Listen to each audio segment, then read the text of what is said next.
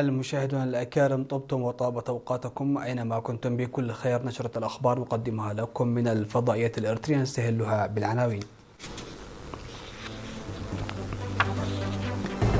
دعوة للمزارعين إلى استخدام محاصيل مقاومة للجفاف بإقليم القشبركة.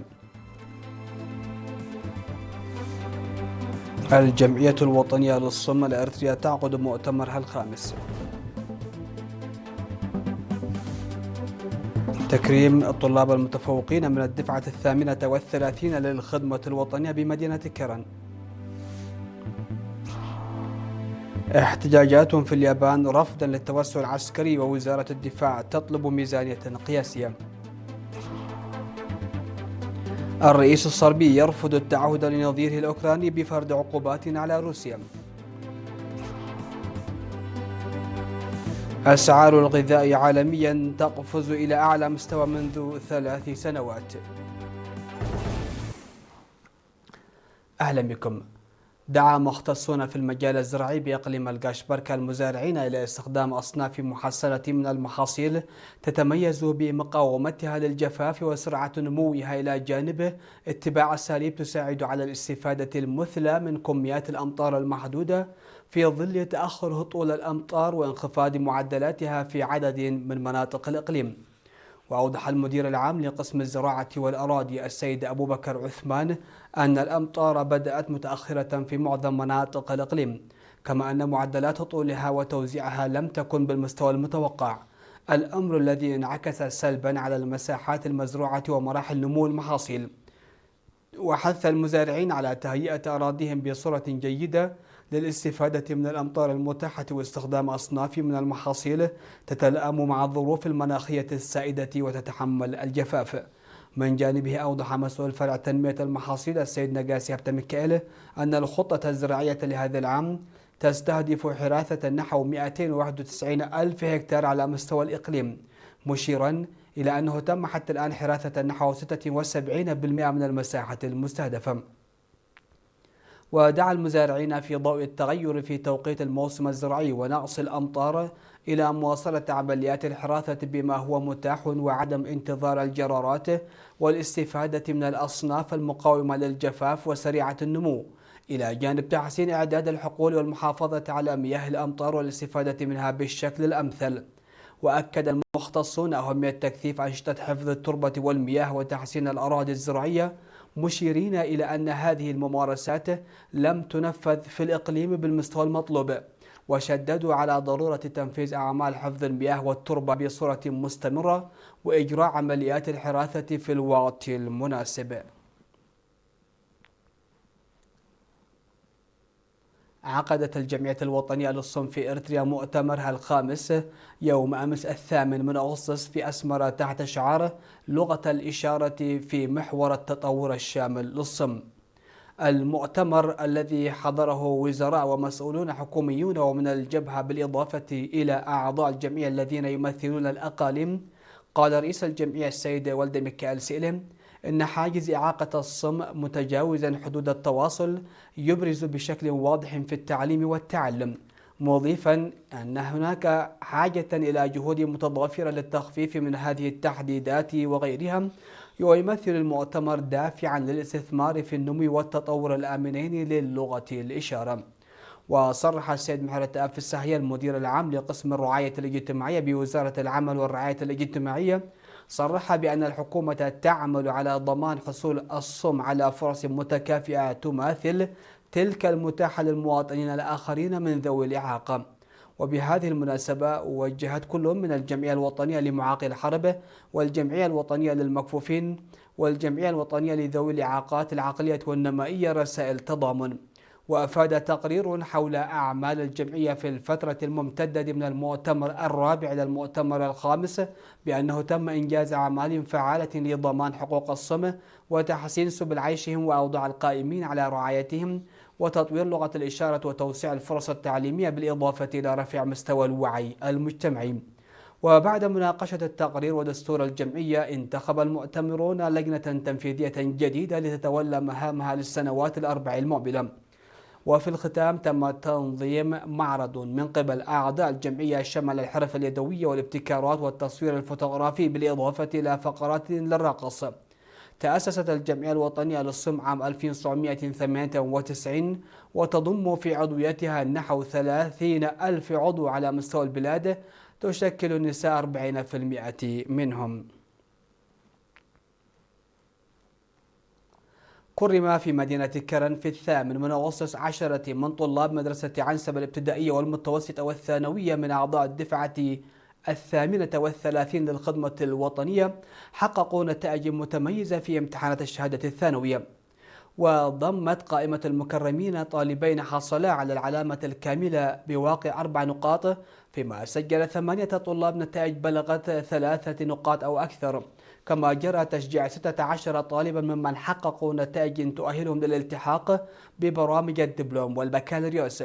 وأوضح مدير مدرسة عنسب الأستاذ محمد صالح محمد سعيد أن المناسبة لم تقتصر على تكريم الطلاب المتفوقين، بل أتاحت لهم أيضا فرصة الحصول على معلومات وإرشادات عامة حول الدراسة الجامعية، إلى جانب الاستفادة من تجارب الطلاب الذين سيلتحقون سنويا بسوا. وأكدت لجنة أولياء الأمور أن تحقيق النتائج المتميزة يتطلب الجد والاجتهاد، مشيرة إلى أهمية دور أولياء الأمور ووعيهم في دعم أبنائهم وتشجيعهم على مضاعفة جهودهم لتحقيق نتائج أفضل في المستقبل. من جانبه أوضح مسؤول فرع التعليم في إقليم عنسب الأستاذ كفلاي عند مكيال في كلمته، أوضح أن البرنامج يهدف إلى تشجيع الطلاب على الحفاظ على نتائجهم المتميزة والعمل على تحقيق مستويات أعلى، مؤكدا أن التفوق يحتم على الطلاب تحمل مسؤوليات أكبر ومواصلة العمل بجد واجتهاد.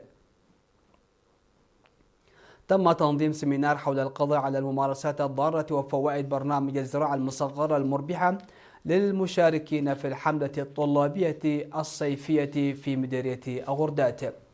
وأتاح السيمينار الذي نظمه مكتبا الاتحاد الوطني للمرأة والزراعة للطلاب فرصة التعليم بالتزامن مع أنشطتهم التنموية، بهدف المساهمة في إحداث تأثير إيجابي على المجتمع من خلال زيادة وعيهم بعواقب الممارسات الضارة، كما يهدف إلى رفع الوعي بفوائد وتقنيات الزراعة على نطاق صغير بحسب ما ذكره القائمون عليه.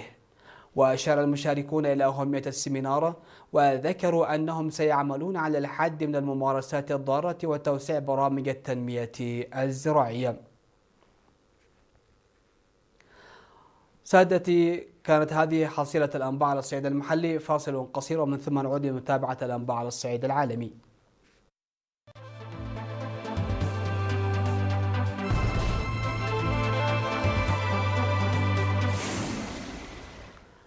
أهلا بكم. على الصعيد العالمي، شهدت العاصمة اليابانية طوكيو ومدينة هيروشيما احتجاجات شعبية ضد التوجهات الرامية إلى توسيع القدرات العسكرية لليابان، وسط دعوات للحكومة إلى الالتزام بالمبادئ غير النووية الثلاثة ورفض أي خطوات من شأنها تخفيف القيود المفروضة على تصدير الأسلحة. وأعرب المشاركون في الاحتجاجات عن معارضتهم لتصدير الأسلحة والمعدات الدفاعية التي قد تسهم في تصعيد النزاعات المسلحة خارج البلاد، محذرين من أن التغيرات الأخيرة في سياسة نقل معدات وتكنولوجيا الدفاع قد تدفع اليابان تدريجيا نحو الانخراط بصورة أكبر في النزاعات المسلحة. وتأتي هذه الاحتجاجات في وقت تتجه فيه الحكومة اليابانية إلى تعزيز الإنفاق الدفاعي، إذ طلبت وزارة الدفاع اليابانية ميزانية قياسية قدرها 56 مليار دولار أمريكي للسنة المالية 2027. وذكرت وكالة كيودو للأنباء أن القيمة النهائية للميزانية قد تتجاوز الطلب الأولي، نظرا إلى أن المقترح يتضمن عددا من البنود التي لم تحسم قيمتها بعد، على أن يتم تحديدها خلال مفاوضات الميزانية المقرر إجراؤها في نهاية العام. يسعى الرئيس الصربي ألكسندر فوتشيتش إلى الحفاظ على توازن دقيق بين طموح صربيا للانضمام إلى الاتحاد الأوروبي وروابطها التاريخية والاقتصادية مع روسيا. ومن هنا تأتي أهمية الزيارة التي يقوم بها الرئيس الأوكراني فلودومير زيلينسكي إلى بلغراد اليومين، وهي الأولى له منذ توليه الرئاسة عام 2019. وقال فوتشيتش إن صربيا ستواصل دعمها لسلامة الأراضي الأوكرانية واستقلالها، وتسعى إلى تعزيز التعاون الاقتصادي معها دون أن يتعهد بفرض عقوبات على روسيا الحليف القديم لبلاده. وعبر فوتشيتش عن شكوكه في أن تتمكن صربيا أو أوكرانيا من الانضمام سريعا إلى الاتحاد الأوروبي، لكنه أكد أن بلغراد ستدعم طلب كييف الانضمام إلى التكتل.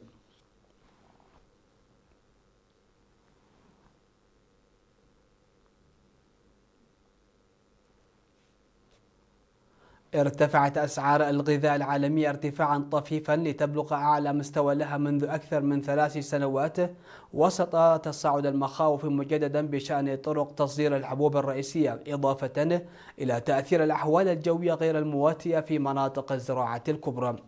وارتفع مؤشر الأمم المتحدة لأسعار السلع الغذائية بنسبة 0.6% في يوليو مقارنة بالشهر الذي سبقه، مدفوعا بارتفاع أسعار الحبوب والسكر والزيوت النباتية وفقا لتقارير صادرة عن منظمة الأغذية والزراعة الفاو. وذكرت وكالة بلومبرغ للأنباء أن جانبا كبيرا من الاهتمام بأسواق الغذاء العالمية انتقل من الاضطرابات الأولية التي سببتها الحرب بين الولايات المتحدة وإيران إلى تراجع المحاصيل وعدم اليقين التجاري واستمرار المخاوف المرتبطة بالطقس.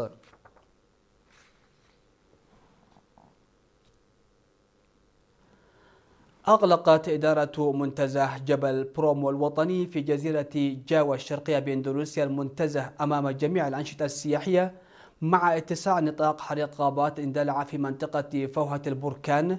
وذكرت وكالة الأنباء الإندونيسية أن النيران التهمت نحو 176 هكتارا في منطقة جبل برومو البركان النشط والوجهة السياحية الشهيرة، بعدما امتد الحريق إلى نحو 60 هكتارا. وتواصل السلطات جهود إخماد الحريق عبر طائرات هليكوبتر لإسقاط المياه وطائرات مسيرة لرشها، فيما لم تحدد أسباب اندلاع الحريق ولم ترد أنباء عن وقوع إصابات.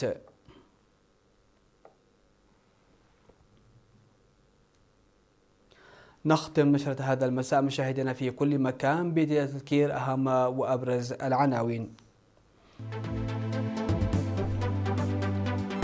دعوة المزارعين إلى استخدام محاصيل مقاومة للجفاف بإقليم القشبركة.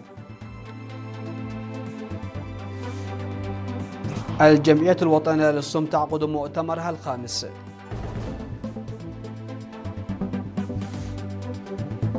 تكريم الطلاب المتفوقين من الدفعة 38 للخدمة الوطنية بمدينة كرن. احتجاجات في اليابان رفضا للتوسع العسكري، ووزارة الدفاع تطلب ميزانية قياسية. الرئيس الصربي يرفض التعهد لنظيره الأوكراني بفرض عقوبات على روسيا. وأسعار الغذاء عالميا تقفز إلى أعلى مستوى منذ 3 سنوات. هكذا سادتي السيدات نكون قد وصلنا وإياكم إلى نهاية نشرة هذا المساء. هذه تحيات وتحيات الفريق العامل، شكرا لحسن الاستماع والمتابعة، والسلام عليكم ورحمة الله.